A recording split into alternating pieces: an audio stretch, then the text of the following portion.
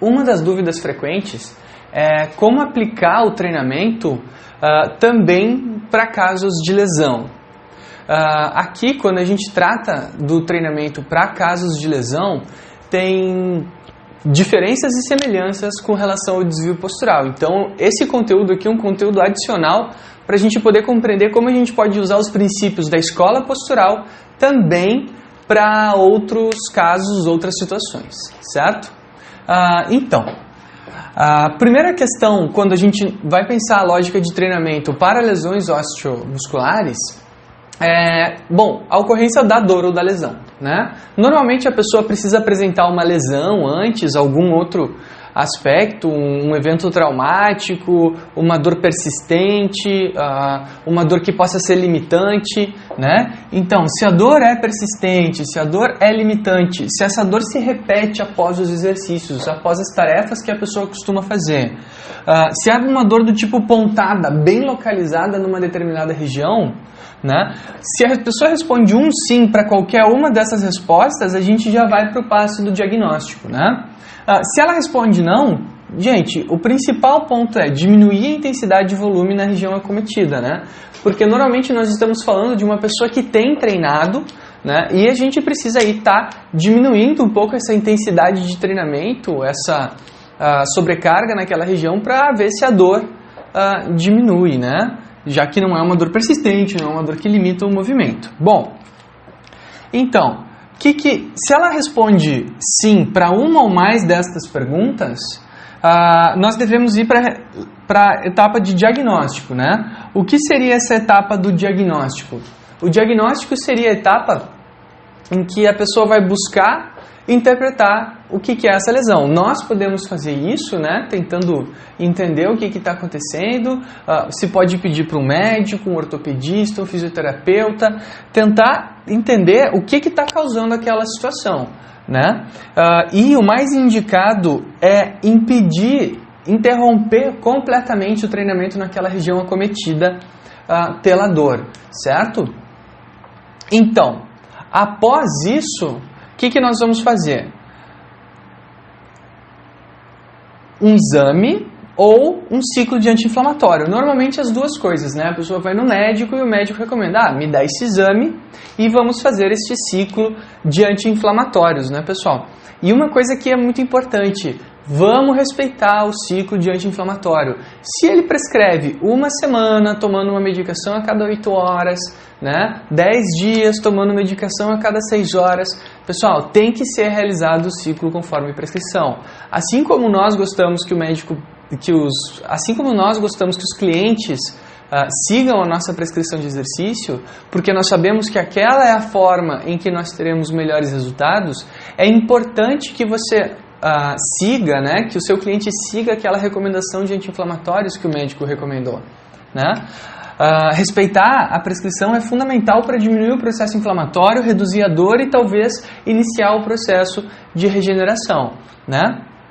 Então, depois que é feito isso, será feito fisioterapia, né, até a recuperação da função. Então, por exemplo, se foi uma lesão aqui que diminuiu a função daquela articulação, então perdeu muita mobilidade, dificuldade de caminhar, não consegue fazer os movimentos adequadamente, ou sente muita dor mesmo, aquela inflamação já sendo tratada, né, é importante fazer a fisioterapia. Bom, após todo este ciclo aqui ocorrer, né, nós devemos agora, então, direcionar o nosso exercício, né, para aquela articulação que foi acometida. E daí me perguntam, prof, quais são os exercícios que eu posso fazer em alguém que acabou de ter um determinado tipo de lesão?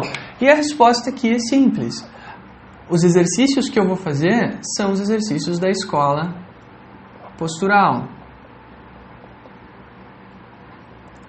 né?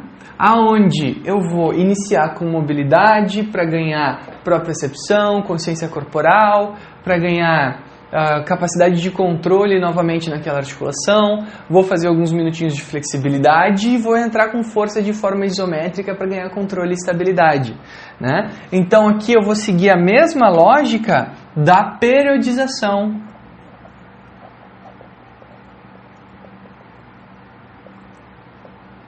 da escola postural.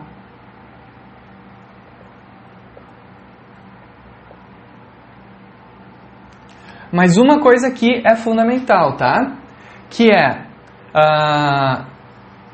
se faz essa escola, né? Mas também nós podemos aqui estar utilizando do recurso de exercícios que a pessoa já costumava fazer naquela articulação acometida, certo? Então, pessoal, exemplo, a pessoa está com lesão no ligamento cruzado anterior, fez a cirurgia, fez a fisioterapia e está retornando para nós agora. O que você deve fazer? Bom, você deve seguir o princípio da escola postural para o joelho, né?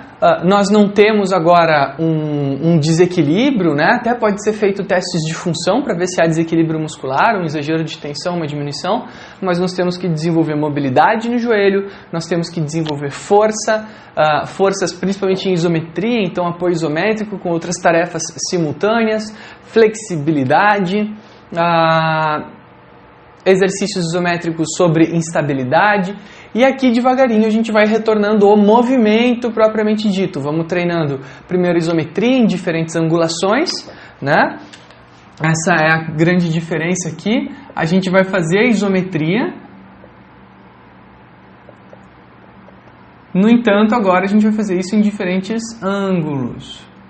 E não só num só. Então a gente pode fazer mais de um exercício. Nós não precisamos seguir a lógica do 3:1, tá? Não precisa fazer 3 vezes mais de um lado do que do outro, mas se faz sim esses exercícios. Lesão de ombro, bom, fazer exercícios pendulares de ombro, mobilização de ombro, força em isometria, depois força em isometria com movimentos do outro lado ou com o próprio movimento deste braço e a flexibilidade para ganhar amplitude de movimento do braço. Então, os princípios da escola postural, eles são muito aplicáveis para quase todas as situações, incluindo as situações após lesão. Certo, pessoal? Então, se tem dor, responde sim para uma dessas perguntas. É persistente, é limitante, ocorre após exercício, é do tipo pontada. Se faz o diagnóstico, se identifica qual é o problema, se faz uma solução, faz fisioterapia se for necessário. Se não for necessário fisioterapia, normalmente o pessoal vem direto para cá, né? E já vamos direto para a escola postural. Sempre também reduzindo os exercícios tradicionais naquela articulação. Por quê? Porque normalmente, se não é um processo lesivo e só com um anti-inflamatório já resolveu, né, é porque alguma sobrecarga está agindo inadequadamente naquela articulação, gerando processos inflamatórios e dor. Né? A dor não é um sintoma comum, a gente não deve viver naturalmente com esse tipo de sintoma, certo? Até mais, pessoal!